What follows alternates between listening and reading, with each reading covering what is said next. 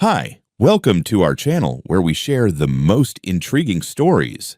When a reclusive landowner in the hills of Georgia receives a letter from a smug HOA demanding access to his private stream, a quiet life turns into a high-stakes war. Trespassing, hidden drones, and legal ambushes ignite a battle where one man defends his land by any means necessary. I've always believed that a man's peace was measured not by silence, but by the length of his driveway and the sturdiness of his gate. And out here in the hills of northern Georgia, my gate was damn sturdy. Reinforced steel frame, stone pillars I laid myself, and a keypad I programmed to reject anything but the most precise 6-digit code. Beyond that gate lay 60 acres of God's most underrated work: sloping woodland, cold spring-fed creek, a hand-restored bridge, and the old logging trail that wound through what my late father used to call the fold in the land. I called it home. I hadn't heard from a neighbor in months. That was by design. Most folks around here either respected land or kept their heads down pretending to. But that quiet ended when I received an envelope that looked like it had been printed by a bored office assistant with too much toner and not enough caffeine. It came on a Wednesday. I remember because that's when I usually burn brush, and I nearly tossed the envelope into the pile with everything else until I saw the bold, smug emblem in the corner: High Laurel Ridge Homeowners Association. Inside was a letter printed on thick paper, the kind that tries to feel like legal weight, but smells like cheap authority. It began politely enough: "Dear Mr. Rowe," misspelled my name. "We are pleased to welcome you to the High Laurel Ridge community." That's funny, I thought. Nobody welcomed me when I bought this land 17 years ago, probably because their subdivision hadn't been built yet. The letter went on, outlining an invitation to join the HOA, followed by a neat little bulleted list of minimum compliance expectations. At the top of that list: provide all community board members with key or code access to the entrance gate at your east trailhead to allow safe member access to the community stream corridor. Right below that: maintain cleared access path from the gate to the creek bank for pedestrian traffic. I reread it twice to make sure I wasn't hallucinating from wood smoke. They wanted keys to my gate, to my road, to my creek, which, mind you, doesn't run into their property. It starts here. And, last I checked, geology doesn't bend to committee decisions. I folded the letter back with all the care I'd give a gum wrapper and tossed it on my kitchen table. An hour later, I'd already drafted a formal response, curt, legal, notarized, and hand-delivered to their shiny new clubhouse gate by a courier wearing camo and a don't-give-a-damn grin. I also enclosed a copy of my deed, dated decades before their HOA even existed, and highlighted the boundary lines. My land wasn't just not part of their HOA, it was older than the damn HOA, possibly older than Karen Lessington's face, which I was about to become intimately familiar with. The next morning, I was loading gravel into the back of my truck when I saw movement near the east gate. I squinted past the rise and made out a wiry man in a golf shirt crouched by the lockbox. In his hand was a pair of bolt cutters. Real subtle. I didn't say a word, just triggered the camera system and let it do its thing. The guy fiddled for maybe 30 seconds before my old diesel engine roared to life behind him. He looked up like a squirrel caught on a hot grill. I drove down slow, deliberate, and stopped short just behind him. He didn't wait for conversation, dropped the cutters and scrambled back up the road, almost tripping over his boat shoes. The kind of man who calls himself an outdoorsman because he owns a Yeti cooler. That night, I reviewed the footage, pulled clean stills of his face, his car, even the vanity plate, LSSFUN, of all things. I uploaded the clips to a backup drive, printed out copies, and handed everything over to Deputy Alvarez from the county sheriff's office the next morning. She chuckled and said, "This gonna be one of those HOA years again, Camden?" "Looks like it," I told her. "They want my water." She laughed. "They'll wish they asked for firewood instead." But that was just the first attempt. 2 days later, another envelope came, this one on formal letterhead from a law firm 3 towns over. Inside, phrases like reasonable easement expectation, community environmental stewardship, and public utility precedent. There was also a veiled warning about being seen as non-cooperative in matters of shared resource management. No signatures, just initials. So, I did what any reasonable man would do. I hired my own damn lawyer, not because I was afraid, because I knew this wasn't going to stop at letters. And, sure enough, it didn't. The next envelope didn't arrive in the mail. It was hand-delivered by a woman who looked like she'd just stepped off the set of a suburban vampire drama. White slacks, lavender blouse, expensive pearls that probably hadn't touched sweat since the Clinton administration. She marched right up to my front gate, on foot this time, and buzzed the call box like she expected a valet to answer. I watched from the porch with a coffee in hand and a .45 holstered under my flannel, just in case civility lost the vote. When I answered through the intercom, her voice came out tight and overly pleasant, the kind you reserve for children or mentally unwell raccoons. "Hello, Mr. Rowe. I'm Karen Lessington, president of the High Laurel Ridge Homeowners Association. I'd like to discuss your non-compliance." I could almost hear the capital letters in that last word. I pressed the button. "You're not my HOA." "Well, not yet," she said sweetly. "But we consider your property to fall within our expanded ecological boundary, and we're trying to avoid legal unpleasantness." I paused. "You brought bolt cutters last week. That was unpleasant." Silence. Then she smiled right into the camera and said, "May I come in?"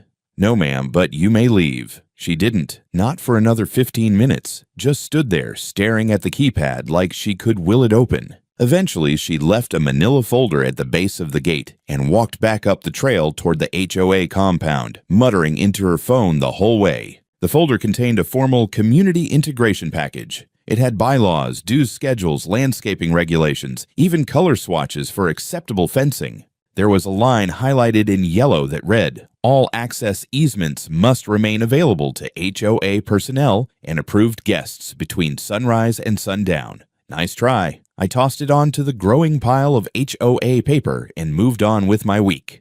I had a drainage trench to finish and a trail camera to install by the southern ridge. That night, while checking the camera feed, I caught a different visitor, a man in business casual, standing just beyond the stone wall near my property line, pointing what looked like a handheld scanner at my gate. That's when I realized they weren't just poking around, they were probing. So I adjusted. I called in a favor from an old buddy of mine, retired Army engineer who owed me for helping him pour his bunker slab back in Colorado. He came out in his lifted truck, looked over my gate system, and by sundown we'd replaced the electronic lock with a military-grade coded pad that re-encrypted every 48 hours. I also installed a biometric palm reader on the side panel. Karen would need my hand to get in, and I wasn't about to offer her a handshake. Then came the lawyers.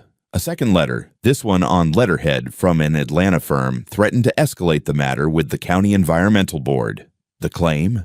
That my unauthorized closure of a natural waterway was causing imminent ecological harm downstream. They cited erosion patterns, disrupted amphibian migration, and something about community groundwater flow expectations. The only thing I'd disrupted was HOA Fantasyland.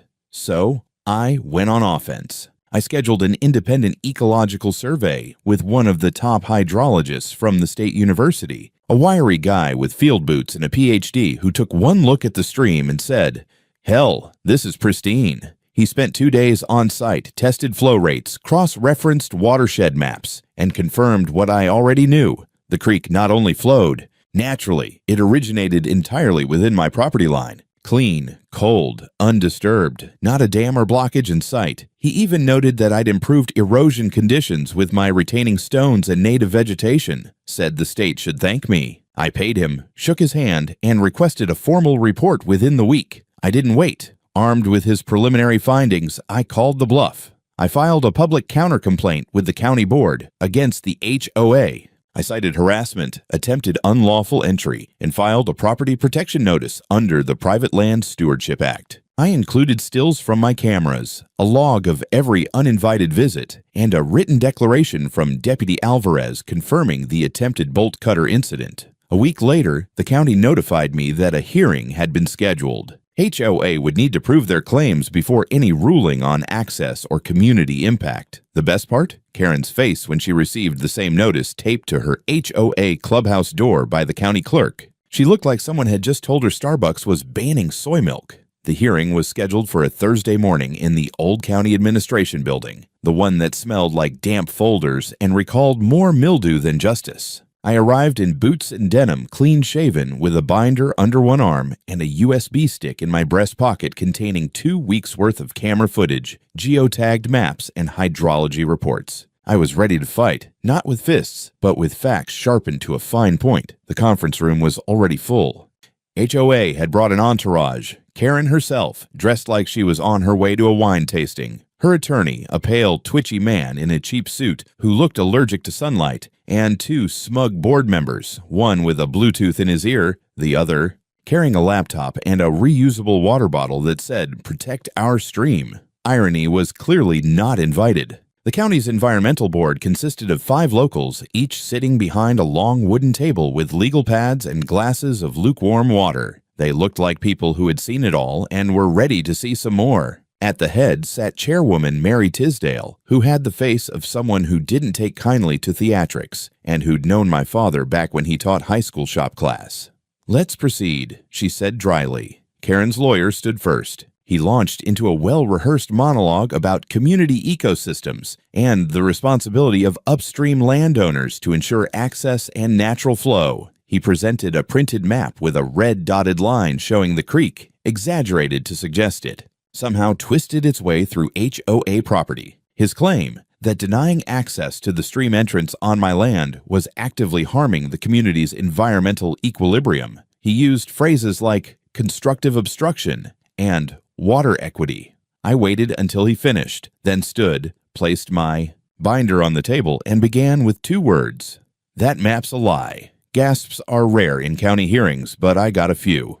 I handed each board member a packet with the real topography, county registered, surveyed within the last 6 months, and backed by the university's hydrology lab. I explained, clearly and without raising my voice, that the stream in question originated from 3 separate underground springs entirely within my boundary. I showed before and after photographs of erosion control work I'd personally done and cited the exact state statute giving private landowners the right to secure and maintain natural features on their land so long as no obstruction is created. Then I played the video. A clip from my trail cam, a man with bolt cutters kneeling at my gate, then running when my truck pulled up behind him. I identified the man as an HOA board member. I also presented the photos of the wireless scanner, the unauthorized flow sensor found bolted to a tree, and finally, the invoice for that sensor, paid from High Laurel Ridge's own maintenance fund, signed by K. Lessington.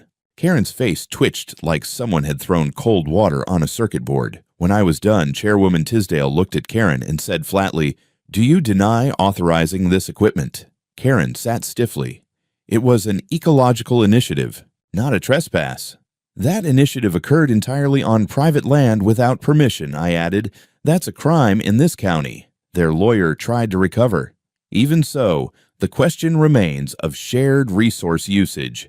"No," Tisdale interrupted. "The question now is whether the HOA is attempting to force control over land it has no jurisdiction over, and whether criminal charges should be referred." You could feel the air go out of the HOA side of the room. The smug board members stopped scrolling on their phones. Karen started flipping through her folder like she could reverse time by shuffling paperwork fast enough. The final ruling came after a short recess. The board voted 5-0. The HOA had no legal right to access or claim easement on my land. The stream was not a community resource, and the environmental complaints were dismissed as factually baseless. The matter was closed, and any further attempts to interfere with private land without authorization would be forwarded directly to law enforcement. Karen stood there like a statue while her lawyer whispered damage control. I thanked the board, shook Chairwoman Tisdale's hand, and walked out into the daylight, boots thudding on the courthouse steps like punctuation marks. But I knew Karen wasn't finished, not by a long shot. One thing about mountain land, if someone walks where they shouldn't, it tells on them.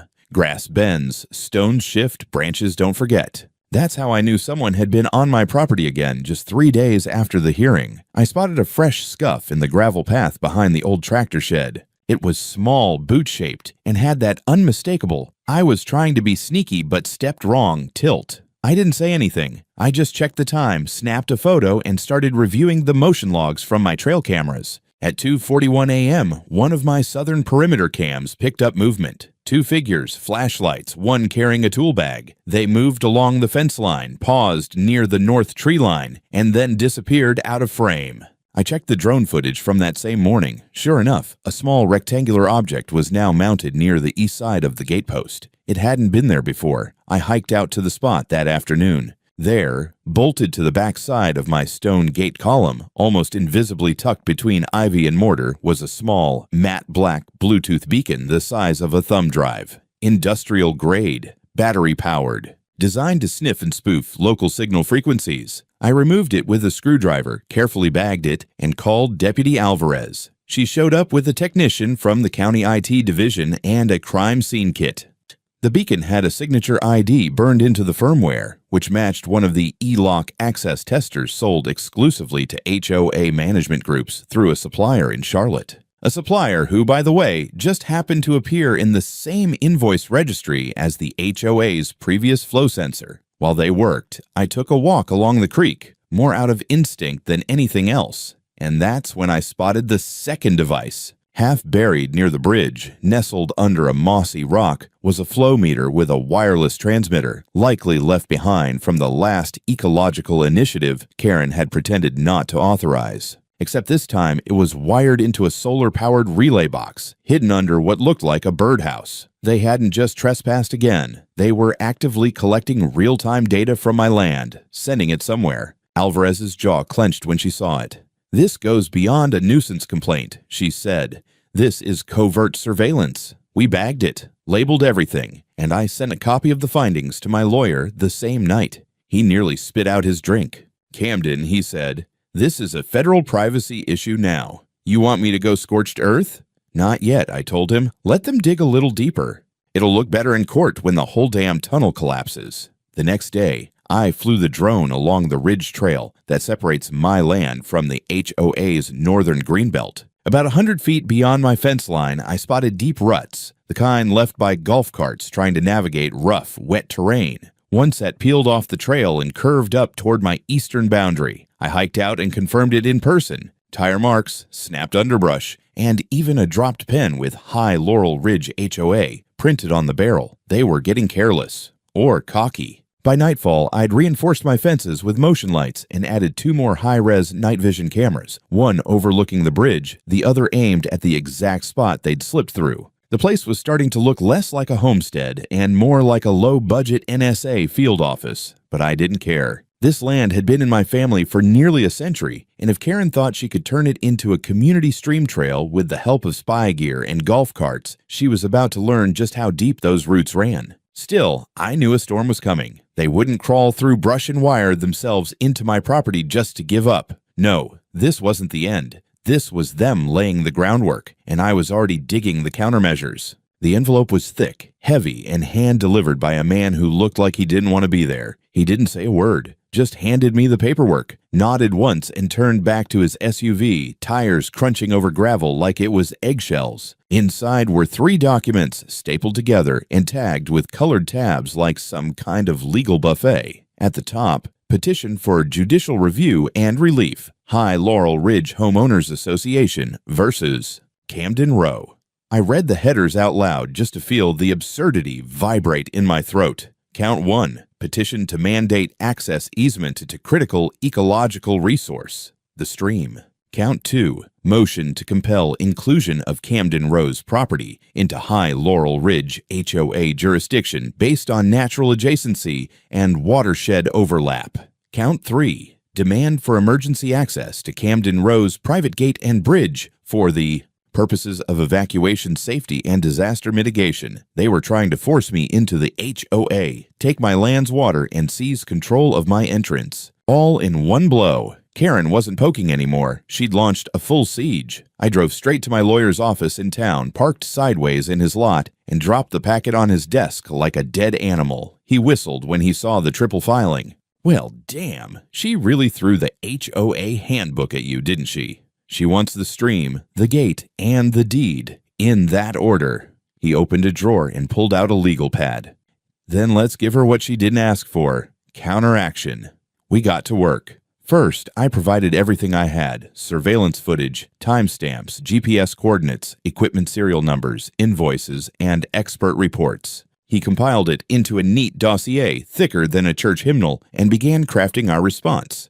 Then we hit them back. First, we filed a motion to dismiss based on lack of standing. My land had never been, and could never be, subject to HOA authority without voluntary annexation. Second, we filed a criminal complaint for unlawful surveillance and data collection on private land. Third, we demanded a forensic audit of HOA funds used for equipment purchased without consent of the full board. My lawyer suspected Karen had been signing off purchases on her own, bypassing internal oversight. While the court scheduled the hearing, I started securing the homestead even tighter. I replaced the front gate's lock system with a biometric scanner and multi-frequency jammer. The whole thing looked like it belonged in a James Bond villain lair. One morning, a man in a gray suit showed up outside my property line. Said he was with the HOA's emergency committee, claimed they needed to pre-stage an evacuation route through my gate in case of wildfire. I pointed to the sign nailed to my fence: private land, not a designated route.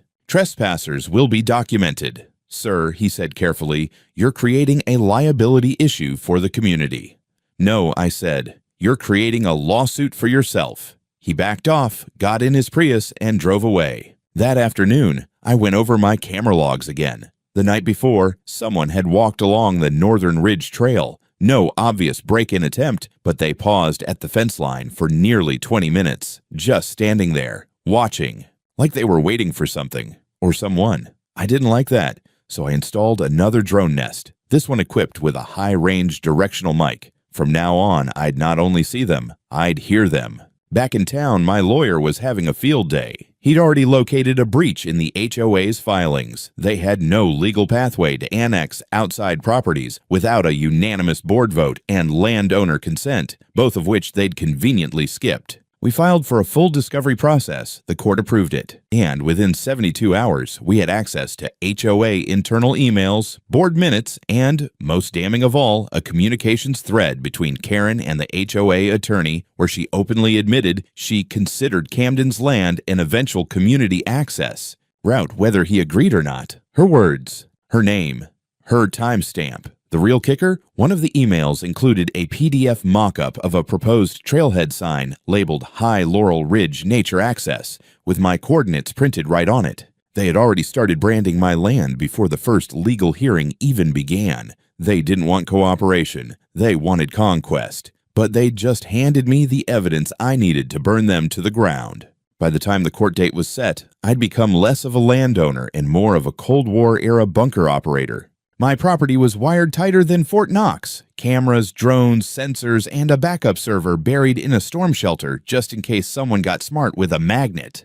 But no amount of cameras could prepare me for what I found one Thursday morning when I checked my mailbox. Inside was a flyer, glossy, double-sided. At the top, coming soon, High Laurel Ridge Waterside Trail Experience. And underneath, a map that made my stomach lurch. The trail started from their golf cart lot, meandered through the woods, crossed the stream on my bridge, and ended with a marker labeled Scenic Overlook Camden Falls. They had named a waterfall after me, on my land, without my permission. I stood there, half laughing, half foaming at the mouth, until I heard the faint buzz of a drone overhead. Not mine. I turned slowly and spotted it hovering just above the tree line, matte black, compact, with a fisheye lens aimed right at me. HOA had deployed surveillance drones now. They'd escalated to aerial trespass. I went into the house, flipped on the jamming grid, and watched the thing twitch and spiral out of control before crash landing near the edge of the creek. I retrieved it with tongs and bagged it like a radioactive rat. Serial number unregistered, but the micro SD inside held several hours of footage of me, my tools, my guests, even my dog's water bowl. I handed it over to Deputy Alvarez. She took one look and said, "You want me to get a warrant?" "No," I said. "Not yet. Let's see what else they send flying first." Over the next 4 days, I was buzzed 3 more times, always at dawn or dusk, never the same drone. One of them even tried hovering behind my barn like it was scouting structural weaknesses. I shot that one out of the air with a slingshot loaded with a ball bearing. Felt good, like the old days. Meanwhile, my lawyer was digging through the HOA's internal records like a bloodhound on caffeine. We had already found a half-dozen violations of state property laws and HOA charter protocols, but what he found next made me pause. A subcontract invoice for community beautification prep, dated 2 weeks prior, included materials for clearing brush, gravel stabilization, and trail signage stakes, all billed for a location with my coordinates. They weren't planning to win the case. They were planning to move ahead anyway and figure they'd pay whatever fine came later. Build first, argue later. It was HOA imperialism at its finest. I doubled down. I hired a local excavation guy, Mac, to trench out a new line of steel posts around the stream perimeter and install a motion-triggered perimeter alarm connected to a siren and floodlights. I wanted the next trespasser to feel like they'd wandered into a CIA black site. That weekend, it rained hard. Good Appalachian rain, the kind that turns streams into frothing silver snakes. Around midnight, the alarm went off, sharp, wailing, insistent. I pulled on boots, grabbed my flashlight and rifle, and stormed down toward the lower ridge. What I found stopped me cold. A man, soaked head to toe, was straddling the stream with a tape measure, water up to his knees, trying to take cross-sectional readings. Another man was up on the slope with a handheld GPS unit, logging coordinates. Neither wore uniforms. Both froze when the floodlights lit up the woods like a crime scene. "Step out of the water and lie down. Hands visible," I barked. One of them dropped the tape. The other tried to run. Didn't get far. Mac had parked his backhoe across the trail as a blockade. The guy bounced off it like a cartoon raccoon and went down hard. We called the sheriff. Both men were detained. One claimed he was hired by a contractor for a greenway assessment. The other wouldn't speak without a lawyer, but their rental car. The registration traced back to a landscaping company with an active service contract from High Laurel Ridge HOA. Caught, red-handed, wet boots and all. By morning, I had surveillance footage, confessions, chain of custody logs, and wet footprints across 4 acres of private terrain. My lawyer looked over the report and smiled like a man holding a winning lottery ticket. "We've got them," he said. "All the evidence. Illegal surveillance, unauthorized land use, and a demonstrable attempt to build infrastructure without permission. And still, I had the feeling they weren't done, because people like Karen didn't know how to quit. They only knew how to escalate until they drowned in their own paperwork. By the time the hearing date rolled around, I wasn't nervous. I was mad. Mad in that clean, calm way you only get when the people trying to destroy your life hand you the gun, the bullets, and a notarized confession that they loaded it. My lawyer, Clay, wore his best dad at the funeral of his enemy's suit. He didn't even bring a briefcase, just a flash drive and a stack of affidavits so thick they needed their own seat. The courthouse was already humming when we got there. Karen had brought a small army, 3 HOA board members, 2 lawyers in matching Navy suits, and a man who looked like he'd eaten a cease and desist letter for breakfast. She gave me that saccharine smile she always used when trying to seem reasonable, but I noticed her eyes darting, scanning the gallery like she was looking for a lifeboat. We took our places. The judge, an older woman with the posture of a fencing instructor and the patience of a clock, wasted no time. "Let's begin." Karen's team opened with dramatic flair.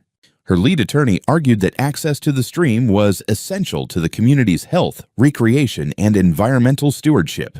He spoke of ecological integrity, watershed harmonization, and my unjustified barricading of a shared resource. I almost choked when they submitted an exhibit showing my stone gate labeled Community Obstruction Point A. They even tried to argue that my biometric lock created a public safety risk because emergency vehicles might one day need to cross my bridge during a hypothetical forest fire. Then Clay stood up and unzipped his little folder of hell. First, he played the drone footage, one of theirs, showing HOA surveillance over my land, zooming in on my front porch, my tool shed, and even a moment where I'm adjusting the waistband of my boxers on the deck. The gallery gasped. Next came the GPS logs of the hired contractors caught in my stream, followed by police reports, rental car contracts, and the service invoice signed personally by Karen. Then the pièce de résistance, the email thread where she told her board, "Even if he doesn't cooperate, we'll establish the trail and deal with the legal stuff later."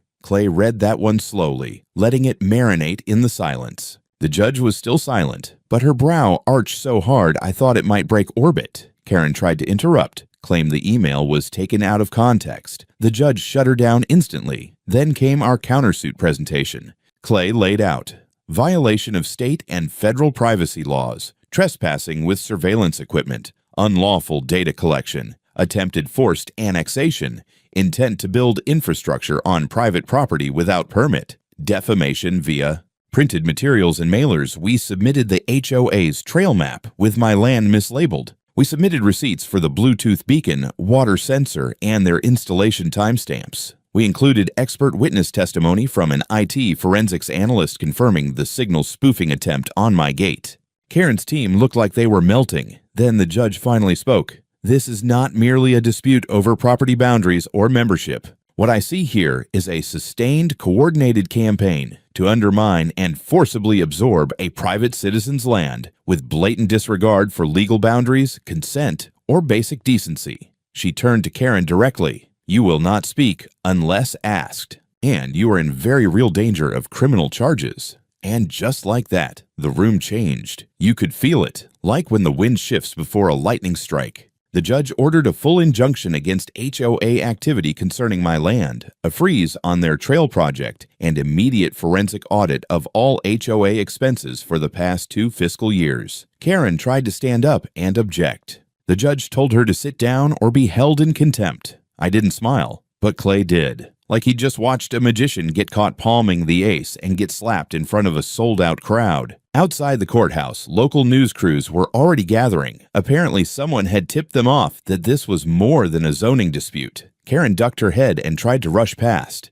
One of the reporters shouted, "Do you really believe Camden Rose Waterfall belongs to the community?" She didn't answer, but I did. "No one owns a waterfall," I said, "but they sure as hell can own the rocks around it." A week after the hearing, I was chopping firewood when my phone buzzed with a message from Clay. Check your email and get a drink. The subject line of the attachment said it all. State versus. Karen Lessington, formal charges filed. 14 counts, 14. Criminal trespass, electronic surveillance, wire fraud, conspiracy to commit property interference, filing false environmental claims, unauthorized use of HOA funds, obstruction of justice. The list read like the resume of a Bond villain with a penchant for HOA newsletters. Karen was officially being indicted, not just sued, indicted, and I hadn't even started pressing civil charges yet.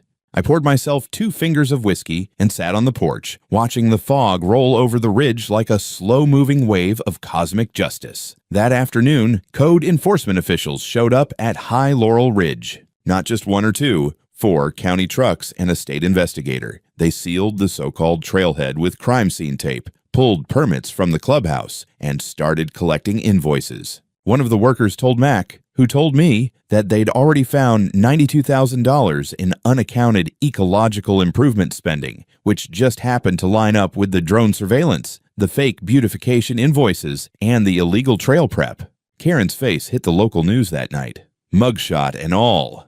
I didn't even smile. I just grilled a steak and fed the scraps to my dog, Ringo, who had started barking every time he heard the word HOA. But it wasn't over yet. At the next board meeting, held under the confused blinking lights of a half-powered clubhouse, half the HOA board resigned on the spot. The treasurer broke down in tears and admitted she'd signed expense forms without reading them, trusting Karen because she said it was for the good of the community. They were unraveling fast. Then came the class action suit. Not mine, theirs. A group of homeowners within High Laurel Ridge filed their own claim against Karen and the HOA board for misuse of dues, unauthorized legal action, and reputational damage. They used my court filings as primary evidence. Clay called it poetic. I called it overdue. The judge's final ruling in my civil countersuit came 2 weeks later. The HOA was found guilty of attempted forced annexation of private land, trespass and covert surveillance, environmental misrepresentation, fraudulent marketing using private property, malicious prosecution. The damages, $980,000, paid out of their HOA reserve fund. That meant homeowners, golf cart warriors, and second home retirees were now footing the bill for Karen's crusade. No one was happy. The judge also imposed a permanent injunction. High Laurel Ridge was forbidden from referencing my stream, my bridge, or my property in any public materials, advertisements, trail maps, or community initiatives.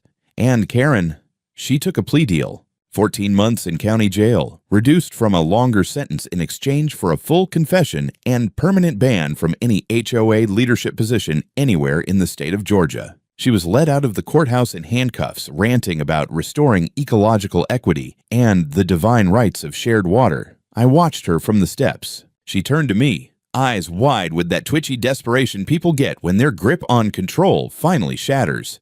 This stream should have belonged to everyone. I leaned in slightly, calm as ever. "Good luck getting to it," I said. "Through concrete, steel, and a felony conviction." She screamed something at me, but the engine of the prison van swallowed it whole. Later that week, I installed the last layer of upgrades: biometric locks on the gate, steel reinforcement on the bridge, and new signs that read, "Private property, no access, no exceptions." I even had a custom one made, bolted to a boulder right beside the water. "Camden Falls, access denied." Local legend, they started calling it. I didn't mind.